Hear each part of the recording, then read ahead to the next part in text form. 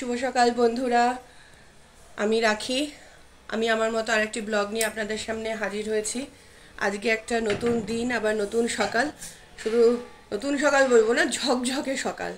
চারিদিকে রোদ উঠেছে, জানেন তো, দেখেও মনটা এত ভালো লাগছে কি বলবো। আর ছেলে চলে গেল পড়তে, ওকে বার করে দিলাম খাইয়ে দাইয়ে।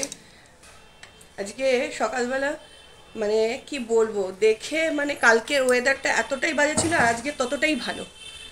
কদিন ধরে এত মেঘ করে আছে, একদম ভালো লাগছিল না। আর আজকে সকালবেলা আবার একটু একটু ঠান্ডা লাগছে, জানেন তো, তাই জন্য সোয়েটারটা পরে ফেলেছি। আর এই সোয়েটারটা কবেকার জানেন, আমি যখন স্কুলে পড়তাম, এটা স্কুল লাইফের সোয়েটার আমার। এই সোয়েটারটাই একমাত্র গায়ে হয় এখনও। আর তাই জন্য এটা যখন বিয়ে করে এ বাড়িতে চলে এসেছি তখন নিয়ে এসেছি। খুব ভালো লাগে পরতে আমার এই সোয়েটারটা, হালকা পাতলা সফট, একই রকম আছে। হ্যাঁ, সাইজটা একটু ছোট হয়ে গেছে, গায়ে না, হাইটে একটু ছোট হয়ে গেছে, তাও পরি, খুব ভালো লাগে। রান্নাঘরে চলে এসেছি, দেখুন এখানে ভাত বসিয়ে দিয়েছি। আর এইদিকে হচ্ছে উচ্ছে কেটেছি, এই যে উচ্ছে কেটেছি, একটু উচ্ছে ভাজবো। আজকে ভাবছি কি তাড়াতাড়ি রান্নাটা সেরে একটা জায়গায় বেরোবো, যাওয়ার একটা জায়গায় প্ল্যান আছে। আমি একাই হয়তো যাব, ছেলেকে অনেক সাদাসাদি করলাম। ছেলে বললো, ওর ফিরতে ফিরতে অনেকই বেলা হয়, তো বললো যে মা না যাবো না, ওর তো সামনে পরীক্ষাও রয়েছে। তাই জন্য বললো মা আমি বাড়িতে এসে আমাকে পড়া রেডি করতে হবে, কারণ সমস্ত টিচাররা এখন এক্সাম নিচ্ছে। তো ও আর যাবে না বলছে। আর বর হচ্ছে বললো যে ওনার তো কাজে ব্যস্ত থাকবেন, তো বললো যে আমি হয়তো যেতে পারবো না, কিন্তু তুমি যদি বলো তাহলে আসার সময় আমি নিয়ে আসতে পারি। আমি বলছি সে দেখা যাবে, আগে গিয়ে তো পৌঁছাই। এখন এনার্জি ধরে রাখাটাই বড় কথা, বুঝলেন তো। মানে এই যাব এই ভাবটা আমার কতক্ষণ থাকবে সেটাই হচ্ছে ব্যাপার। কারণ অনেক সময় এরকম হয় যে সকাল থেকে ভাবি যে যাবো এখানে, এটা করব সেটা করব, কিন্তু কিছুক্ষণ বাদেই আমার মনে হয় ধুর ভাল লাগছে না। এটা আমার একটা বড় সমস্যা। আমি এই চটপট করে রান্নাটা করে তারপরে স্নান টান সেরে তারপরে পুজো দিয়ে তারপরে রেডি হয়ে বেরোবো, বুঝলেন তো। বেরিয়ে গেছি, অনেক বেজে গেছে জানেন তো, সব কিছু কাজ টাজ সেরে প্রায় 12:30 বেজে গেছে। এখন হচ্ছে অটো ধরবো ব্যারাকপুর স্টেশনে। এই যে হনুমান মন্দির, 12:30 বেজে গেল।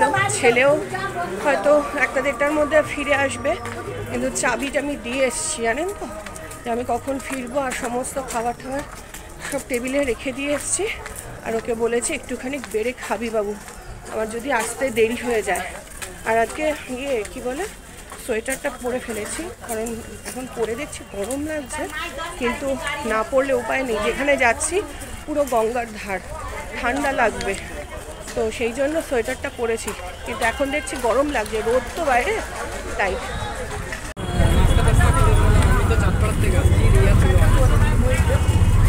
অটোতে বসেও গেছি।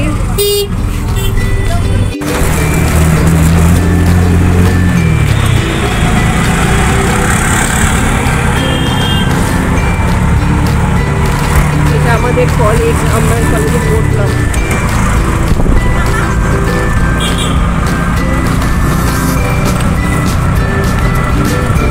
নেমে পড়েছি অটো থেকে। আর এই জায়গাটা কোথায় বলুন তো, মনিরামপুর দেবস্থান। এটা একটা ছোটো পার্ক। এখানে অ্যাকচুয়ালি একটা এনজিওর প্রোগ্রাম হচ্ছে, আমাদের এনজিও, যেটা হচ্ছে নাম স্পর্শ ফাউন্ডেশন। তো সেখানেরই বার্ষিক সাংস্কৃতিক অনুষ্ঠান হচ্ছে, তো সেইখানে আমরা মানে আমি আজকে যাচ্ছি, বুঝলেন তো।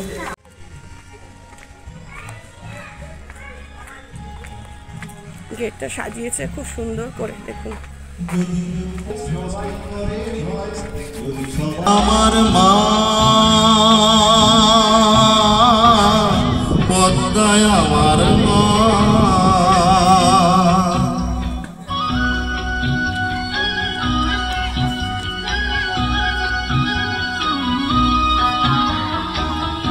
এপার ওপার কোন পারে জানি না, জায়গাটা খুব সুন্দর, তাই না? দেখুন এই পাশেই গঙ্গা। দুঃখ সুখের বুকের মাঝে, এটা আমাদের গঙ্গা। দুঃখ সুখের বুকের মাঝে একই যন্ত্রণা, ভীষণ ভালো পরিবেশটা। যন্ত্রণা। চলুন ওদিকে যাই, আবার অনুষ্ঠান চলছে, ভীষণই ভালো লাগে জানেন তো এই সমস্ত অনুষ্ঠান আসতে পারলে। কিন্তু কি করব, অনেক সময় সময়ের অভাবে আসা হয় না। একটা সময় কি ছিল, মানে আমি অ্যাক্টিভ মেম্বার ছিলাম, কিন্তু আমার নিজের প্রবলেমের জন্য একটা বাংলা গান গাইছি মান্না দে, হ্যাঁ সময় হয় না, একটু বাচ্চাদের নিয়ে গানটা করেছিলেন, কাজ করতে পারি না, উত্তম কিন্তু কুমারের পাশে থাকি, সবসময় বলেছি পাশে আছি, তাই আশা আর কি। সেটাই, এ হচ্ছে আমার বন্ধু কাম বোন সব কিছু।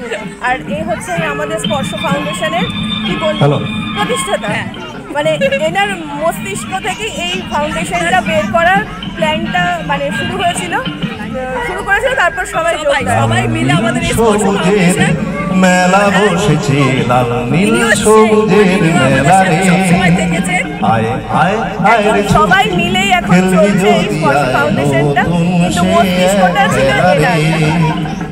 আরো আছে এনার হাজবেন্ড, তিনি যদি পাশে না থাকতেন ইনি হচ্ছে এত সাহস পেতেন না এগিয়ে যাওয়ার। যে পুচকিদের এখন পুচকি বাচ্চাদের এখন ওই লজেন্স দেওয়া হচ্ছে, চকলেট। আজকে ওদের খাওয়া দাওয়ার এখানে ব্যবস্থা করা হয়েছে।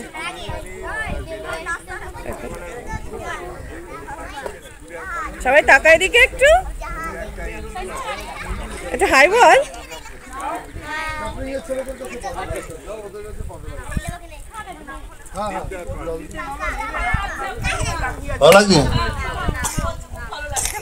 আচ্ছা আচ্ছা, হ্যালো ও বুঝু, হ্যালো হ্যালো, আমাকে একটু বেলুন দে, নেবো এটা আমি। তুই রাগ করবি না তো? দিয়ে দিলি আমাকে এটা, সিরিয়াসলি? আমি কে বলতো, চিনতে পারছিস? আমি কে বলো, চিনতে পারছিস না? আমি রাখি মিমি, তুমি চিনতে পারছো না আমায়? এ হচ্ছে শিল্পীর ছেলে, যার সঙ্গে কথা হলো তার ছেলে। এ হচ্ছে পুচু, খুব ভালো, খুব কিউট।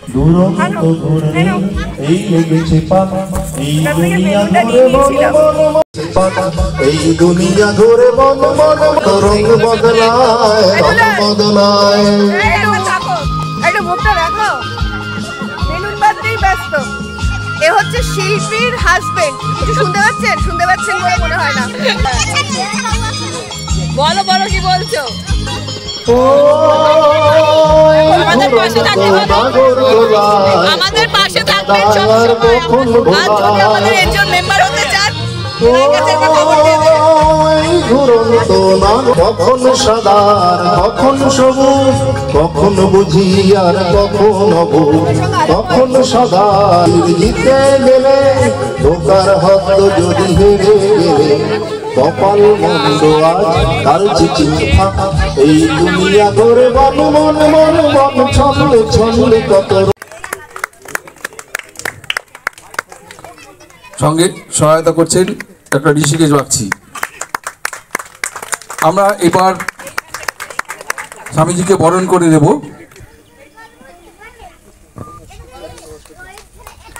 শুক্লাদে মহাশয় একটু ওপরে আসবেন। স্বামীজিকে ব্যাচ পড়াচ্ছেন পুনম সেন। স্বামী বেদানন্দ মহারাজজিকে পুষ্পস্তবক দিয়ে আপন করে নিলেন। ব্যাচ পড়াচ্ছেন শুক্লাদি, পুষ্পস্তবক দিয়ে বরণ করে নিচ্ছেন পর্ণা মজুমদার। হাততালি সবাই।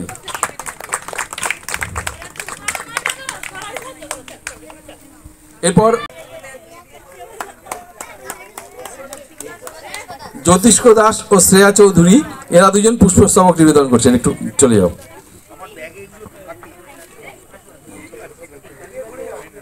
স্পর্শ ফাউন্ডেশনের আজকের এই অনুষ্ঠান সম্পর্কে স্বামী বেদানন্দজি মহারাজকে দু একটি কথা বলার অনুরোধ রাখছি।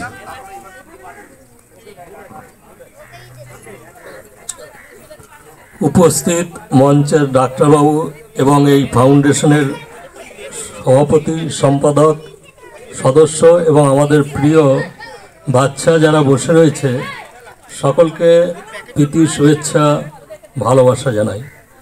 নাম হচ্ছে স্পর্শ, মানে ফিলিং, অনুভূতি। তো বিবেকানন্দের ভাবে, নেতাজি সুভাষচন্দ্রের ভাবে এই যে একটি মহান ব্রতে যারা অংশগ্রহণ করে রয়েছে তারা সত্যি ভাগ্যবান। স্বামী বিবেকানন্দ বলেছেন, forgetting the little I is the greatest happiness of the world. নিজেকে ভুলে যাওয়ার সবচেয়ে বড় পন্থা, নিজের অহংকারকে, নিজের ক্ষুদ্র আমিকে ভুলে যাওয়ার জন্য সেবা ভাবের মতো বড় জিনিস কিছু নয়। আর এই ছোট ছোট শিশু প্রত্যেকের মধ্যে মহৎ ভাবে বিকশিত হওয়ার সম্ভাবনা রয়েছে। সুতরাং যারা এই কাজটি করছে তারা অতি প্রিয়জন, বাবার ভূমিকা পালন করছে, মায়ের ভূমিকা পালন করছে। মানে মাতৃ হৃদয় জাগ্রত না হলে এইভাবে ভাবা যায় না বা এইভাবে চিন্তা করা যায় না। মাতৃ হৃদয়, মা শারদার হৃদয়, রামকৃষ্ণদেবের হৃদয় এবং স্বামীজির হৃদয়। সুতরাং মহৎ হৃদয়ের স্পর্শ আছে বলেই মহৎ কাজ হচ্ছে। একটা ড্রিম ছিল যে একদিন করব, দিয়ে তো আস্তে আস্তে সব বন্ধুরা সবাই নিজেরা একসঙ্গে বললো যে হ্যাঁ আমরাও করতে চাই, দিয়ে তারপরে শুরু হয়ে গেল কাজ। আগে আমরা একা একাই করতাম, দিয়ে আরো ওই করোনার সময়টাতে যেন আরো সবাইকে পাশে পেলাম, দিয়ে আমাদের আজকে যেটুকু দাঁড়াতে পেরেছি সবার একসঙ্গে। আমি বেরিয়ে পড়লাম, ওখানে প্রোগ্রাম এখনও চলছে, ওখানে বাচ্চাদেরকে খাওয়ানো দাওয়ানোর সমস্ত আয়োজন করা হয়েছে এবং যারা হচ্ছে মেম্বার তাদেরও ব্যবস্থা রাখা হয়েছে। যারা ধরুন পথ শিশু, যারা হচ্ছে দুস্থ মানুষ, অনেক সময় বয়স্ক মানুষদের কম্বল বিতরণ, নানা রকম কাজ করা হয় আমাদের এই ফাউন্ডেশনে, বুঝলেন তো। দুঃখের বিষয় আমি অ্যাক্টিভলি কাজ করতে পারি না, ওই যে নানা রকম প্রবলেম থাকে। ছেলে বাড়িতে চলে এসছে, ফোন করছে যে মা চলে এসছি আমি। আবার এখন কটা বাজে জানেন তো, 1:30 বেজে গেছে। তো ওকে না খেতে দিলে ও একটু যদি রেস্ট না নেয় আবার বিকেলবেলা পড়া আছে, পারবে না। চলুন। ও আর একটা ভালো কথা, কেউ যদি এই মানে আমাদের স্পর্শ ফাউন্ডেশনের মেম্বার হতে চান তাহলে অবশ্যই জানাবেন। এখানে ওদের হচ্ছে কী বলে একটা ফেসবুক পেজও আছে আমাদের, বুঝলেন তো, স্পর্শ ফাউন্ডেশনের নাম করে। তো সেখানে আপনারা কন্ট্যাক্ট করতে পারেন। কেউ যদি মনে হয় যে কোনোভাবে এই মানে মেম্বার হতে চান, কোনো কিছু হেল্প করতে চান, বা কোনো অনেকে হয় না যারা উদার মানসিকতার যে না এই সমস্ত কাজ করতে ভালোবাসেন, তারা অবশ্যই যোগাযোগ করবেন স্পর্শ ফাউন্ডেশনের ফেসবুক পেজে। আমি এখন দাঁড়িয়ে আছি, দেখি টোটো অটো কি পাই, তো সেটা পেলেই হচ্ছে উঠে যাব। ভালো লাগে জানেন তো, এই সমস্ত কাজকর্ম করতে বেশ ভালো লাগে। যখন একটু ছাড়া হাত পা হয়ে যাব, ছেলে পড়াশোনা নিজের মতো নিজে করতে পারবে, যেতে পারবে, বড় হবে, আর একটু দাদা যাবেন, তো সেই সময় আবার ইচ্ছা আছে যে আবার যোগদান করব। টোটো পাল্টে উঠেছিলাম বাসে, বুঝেছেন তো। এইবারে স্টেশনে নামবো, আর হচ্ছে বাস নিয়ে গিয়ে মানে স্টেশন বলেছে, শুনতে পাইনি, অনেকক্ষণ জ্যামে দাঁড়িয়েছিল, আর একটু অন্যরকম মানে চিন্তাভাবনা করতে করতে আসছিলাম, আর খেয়ালও করিনি স্টেশন বলছে যে খেয়াল করিনি, নিয়ে সে কোথায় নামিয়ে দিল জানেন আমাকে। সে আবার ওখান থেকে আবার একটা অটো পেলাম, সে আবার অটো করে এখন আবার এই যে স্টেশনে এসেছি। এমনিতেই হয়ে গেছে দেরি, ছেলে বাড়িতে চলে এসছে সেই চিন্তা করছি, এখন 2:15 বেজে গেছে, কি অবস্থা বলুন। একটু অন্যমনস্ক হয়ে গেছিলাম, বাসে বসে এটা ওটা ভাবতে আসছিলাম, ব্যাস। অন্যমনস্ক হয়ে গেলে কত রকম বিপত্তি ঘটে যায়, তাই না। এটা কিছুই এমন না, তাও বলছি রাস্তাঘাটে বেরিয়ে একদমই অন্যমনস্ক হওয়া উচিত না। করছিলি না, কি করছিলি রে? উঠলি এসেছি তো, ইচেছি তো, শান্তি মামা খিদু পেয়ে গেছে না, 2টা বেজে গেছে, খেতে পাবে না। দেখুন বাড়িতে চলে এসেছি, আর আসার সময় দেখুন গাছ নিয়ে এসেছি, কি সুন্দর না, জারবেরা একটা গ্যাজেনিয়া। এই ফুলের নেশাতে আর গাছের নেশাতে আমি মরে গেলাম, পুরো ফতুর হয়ে গেলাম, বুঝলেন তো? ফুলের নেশা আর গাছের নেশা।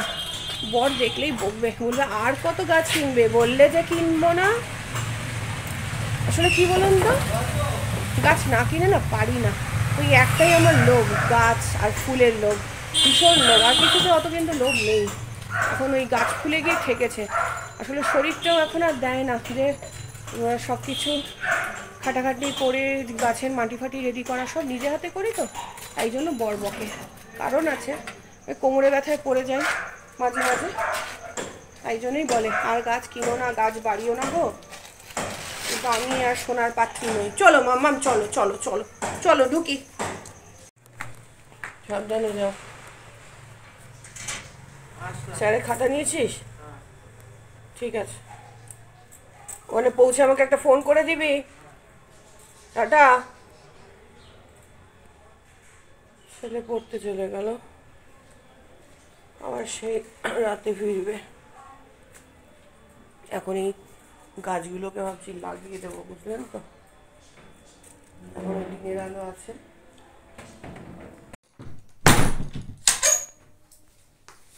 এখন সন্ধ্যে জানেন কটা বাজে? 7:15 বাজে।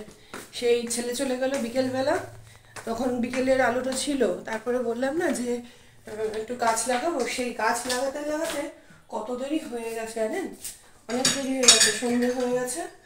তারপরে এই এখন পুজো টুজো দিয়ে উঠলাম, এবার একটু চা খাবো। চাটা বসিয়েছিলাম, ছেঁকতে দেরি হয়ে গেল।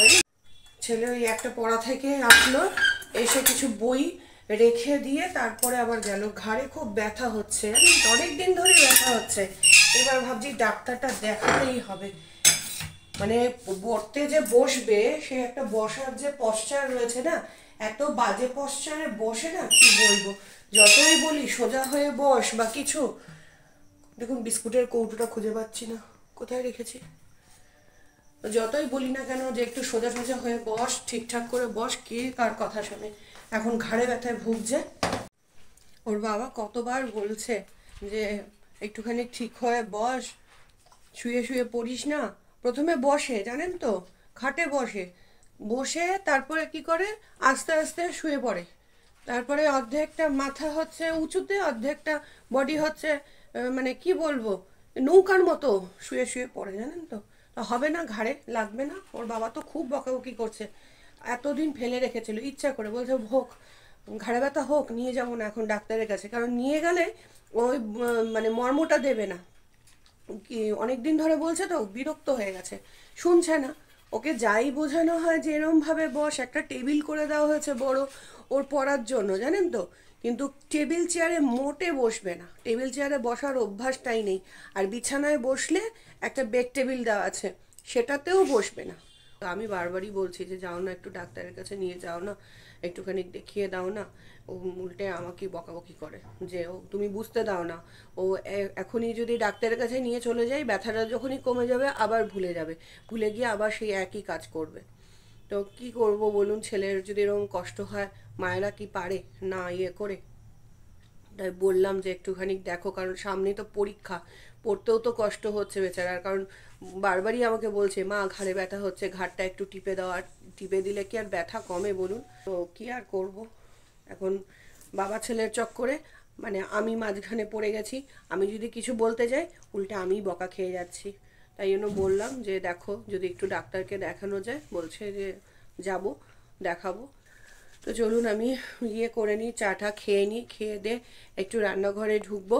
কারণ সকালবেলা আজকে মাছের ঝোল আর উচ্ছে ভাজা দিয়ে ভাত খাওয়া হয়েছে, কোনো রকম তরকারি টরকারি করা হয়নি। রাত্রিবেলা একটু রান্না করতেই হবে, মাছও নেই আর হচ্ছে তরকারিও নেই। দেখা যাক কি রান্না করি। তাহলে আজকে ব্লগটা এখানেই শেষ করে দিলাম। যদি আজকে আপনাদের ব্লগটা ভালো লেগে থাকে তাহলে প্লিজ একটা লাইক কমেন্ট শেয়ার করে দেবেন, আর অবশ্যই একটা সাবস্ক্রাইব করে দেবেন। তো আজকের মতো টাটা, আবার দেখা হবে নেক্সট ব্লগে।